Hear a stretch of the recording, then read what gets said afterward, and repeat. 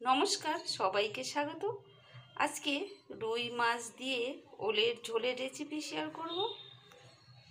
এখানে ওলগুলো ভালোভাবে কেটে নিয়েছি, এর সঙ্গে আলুও দেব। এবারে আগে থেকেই মাছগুলো আমি ভেজে রেখেছি। গ্যাসে কড়াই বসিয়েছি, কড়াইটা আমার গরম হয়ে গেছে। এবারে দিয়ে দেবো তেল।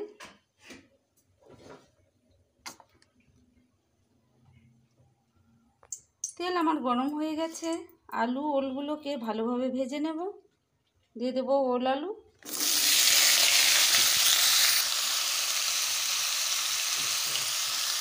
ওলগুলোকে আমি ভাবিয়ে নেব না। এবারে দিয়ে দেবো সামান্য পরিমাণ লবণ, দিয়ে দেবো হলুদ গুঁড়ো, দিয়ে ভালোভাবে ভেজে নেব ওলগুলো। আপনাদের গলা ধরার ভয় থাকলে আপনারা ভাবিয়েও নিতে পারেন। এভাবে রান্না করে কখনো গলা ধরে না। ওল আলুগুলো ভালোভাবে ভেজে নেওয়া হয়ে গেছে, এবারে তুলে নেব। এবারে তুলে নিয়েছি। এভাবে ওলগুলোকে ভেজে রান্না করে খেয়ে দেখবেন, এতটুকু মুখে ধরবে না। এবারে ওই তেলেই ফোড়নে দেব একটি শুকনো লঙ্কা, একটি কেটে তেজপাতা, দিয়ে দেব গোটা জিরে,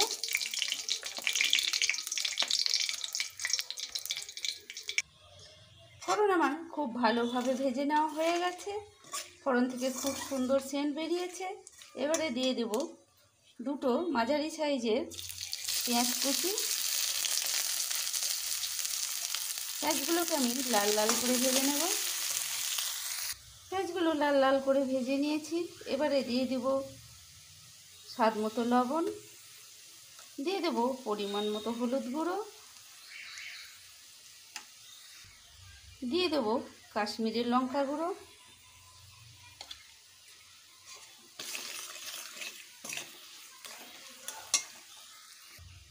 এবারে দিয়ে দেব আদা রসুন বাটা, দিয়ে দেব জিরে শুকনো লঙ্কা বাটা। ভালোভাবে কষবো।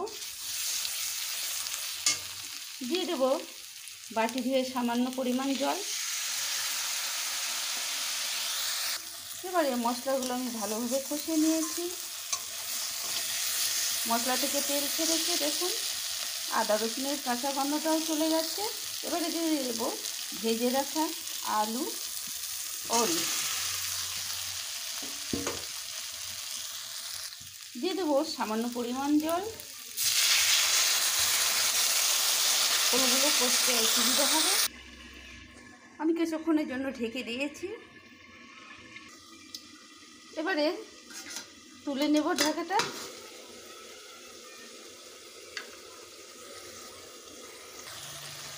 ঢাকাটা তুলে নিয়েছি। ওল আলুগুলো আমার ভালোভাবে সেদ্ধ হয়ে গেছে।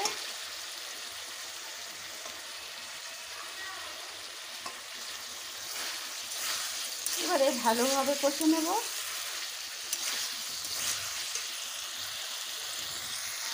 সবজি যত বেশি কষবেন তত বেশি টেস্ট আসবে। ওল আলুগুলো ভালোভাবে কষে নিয়েছি। এবারে দিয়ে দেব পরিমাণ মতো জল।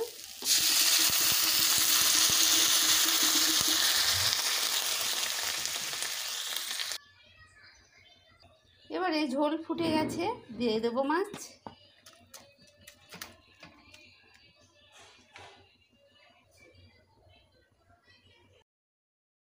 ওলের ঝোল আমার হয়ে গেছে। এবার বেটে রাখা গরম মশলা ছড়িয়ে নামিয়ে নেব।